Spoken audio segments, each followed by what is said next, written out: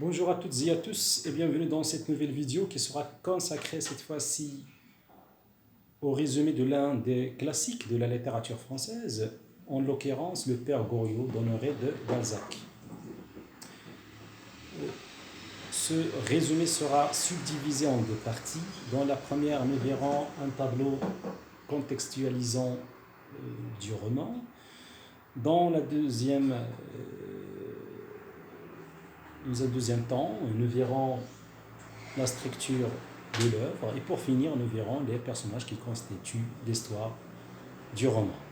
Dans la deuxième partie, bien entendu, nous verrons le résumé proprement dit. Voilà, donc c'est parti pour cette première partie. Le titre, bien entendu, c'est le Père Goriot. Le Père Goriot. On doit souligner pour le différencier du nom du personnage principal. L'auteur, c'est Honoré de Balzac. Honoré de Balzac. Le genre, on a affaire avec le Père Goriot à un roman réaliste, c'est-à-dire qui puise l'histoire, l'intrigue des scènes de la vie quotidienne, précisément des drames sociaux de la vie de tous les jours. Date de parution du Père Goriot, c'était en 1834. Donc pour le siècle, c'est très facile pour le déduire. Il suffit d'ajouter 1 à 18 pour nous donner 19. Donc il est au 19e siècle. On peut écrire bien sûr autrement avec les chiffres romains. Comme ça. 19e siècle. Pour les autres romans d'Honoré de Balzac, il y en a beaucoup. On peut citer La peau de chagrin, un des romans illustres célèbres de Balzac, La peau de chagrin. On peut citer également La maison de Nucingen.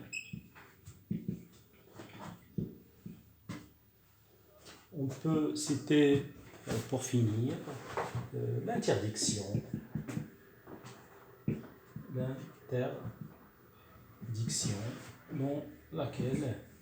Dans lequel figure Eugène de Rastignac, qu'on verra dans ce premier roman d'Honoré de Balzac. Bien, voilà donc pour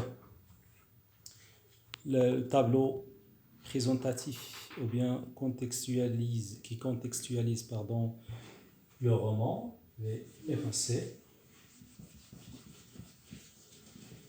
Maintenant, nous allons passer à voir la structure du roman, un choix opté par le romancier, mais également par des maisons d'édition qui ont même titré ces trois parties-là. Alors, pour la première partie du roman, partie numéro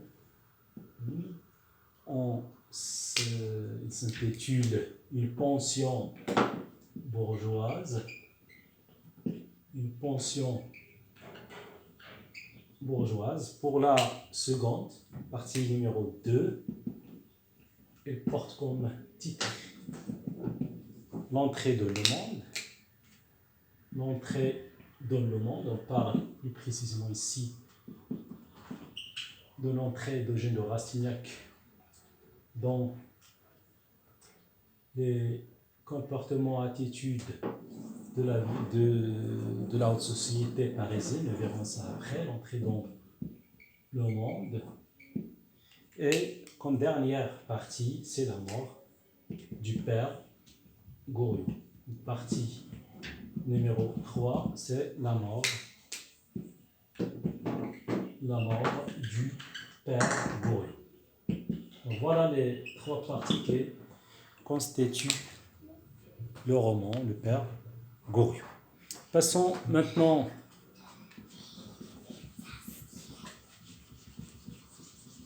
chers à tous, au dernier point. Cette première partie sont les personnages de l'œuvre. que je vais essayer de lier avec le lieu des événements. Il s'agit de la pension bourgeoise que détient Madame Vauquet. Voilà. Là, donc, on a le lieu, c'est une pension, c'est la pension bourgeoise. Donc, la propriétaire est Madame Vauquet. Voilà. Les personnages qui abritent cette pension sont les suivants. On a bien sûr, comme premier personnage, le père Goriot. Le père Goriot a 2 filles. La première s'appelle Anastasie de Restaud, le nom de son mari. La seconde, la petite, s'appelle Delphine de Nessing.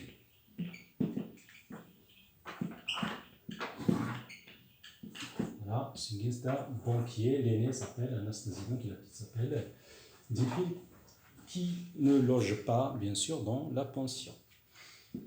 Bien, notre personnage, cette fois-ci, c'est un pensionnaire qui habite dans la pension de Madame Vauquet, s'appelle Eugène de Rastignac.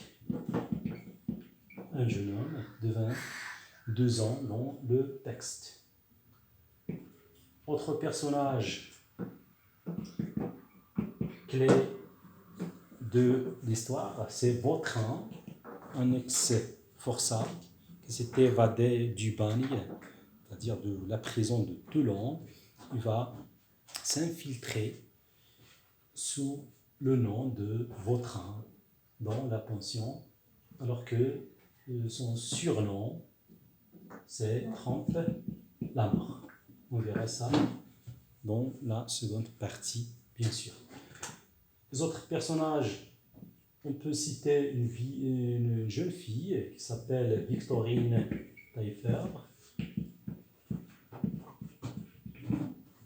qui est sous la protection de Madame Couture.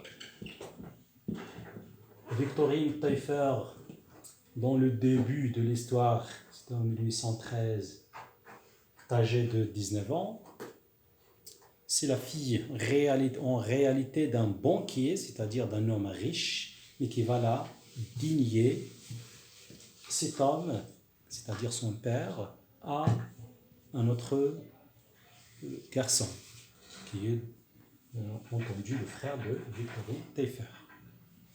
Donc la mère est décédée, morte. Pour les autres personnages, toujours qui loge dans la pension de Madame Vauquet, on peut citer Monsieur Poiret, Mademoiselle Méchonneau, et vieille Mademoiselle Sylvie.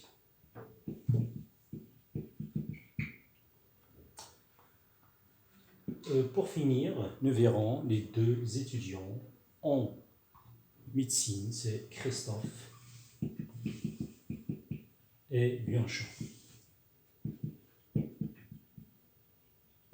Alors voilà pour les personnages du roman, et les relations qu'ils entretiennent vont nous faire après, bien sûr, la trame, bien l'histoire du père Goriot, que nous verrons dans la deuxième partie. Et merci infiniment pour votre attention.